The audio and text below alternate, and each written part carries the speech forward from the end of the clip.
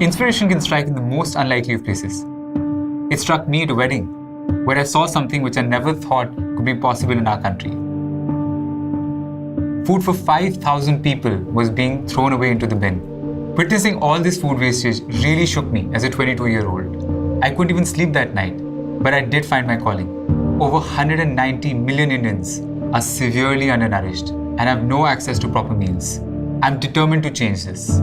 My name is Ankit Kawatra, and my mission is to end hunger. I thought it would be easy. There was no shortage of demand or supply. We just need to link the two. But it's been quite challenging. It was tough to convince food businesses to change their age-old practices. Even when I spoke to other people, they had this mindset that social impact is not our job, it's of the government.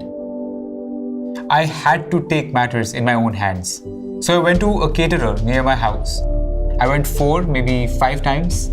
I kept going until he finally said, you know what, this boy is not going to go. So let's just give him this extra food and let him do whatever he wants to do with this. That was the first night.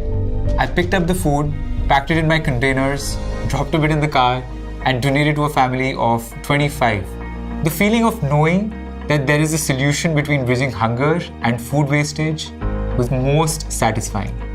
Starting a social impact organization would have been a big shock for my parents. So I didn't tell them when I quit my job to take up a cause full time. But when they eventually got to know, through newspaper clippings, they heavily resisted. Back then, I felt quite unsure about my work too. Are we doing enough? Is this the right way? Should this have been done differently? Are we really making an impact? I would constantly keep thinking about these things. We started in 2014, and in just a year, we were able to scale to many cities. And by 2018, we'd served 22 million meals, becoming one of the fastest growing movements in the world. International organizations were reaching out to us to learn how we were working, so they could scale faster too. Of course, that brought us a lot of accolades, whether it was from the Queen of England or the Prime Minister of our country, or Bill Gates or the United Nations, these things that are spoken about more.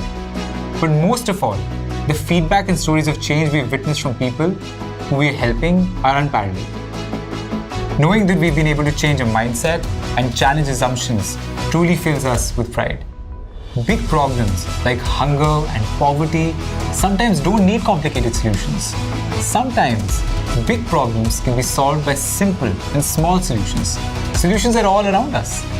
We just have to try.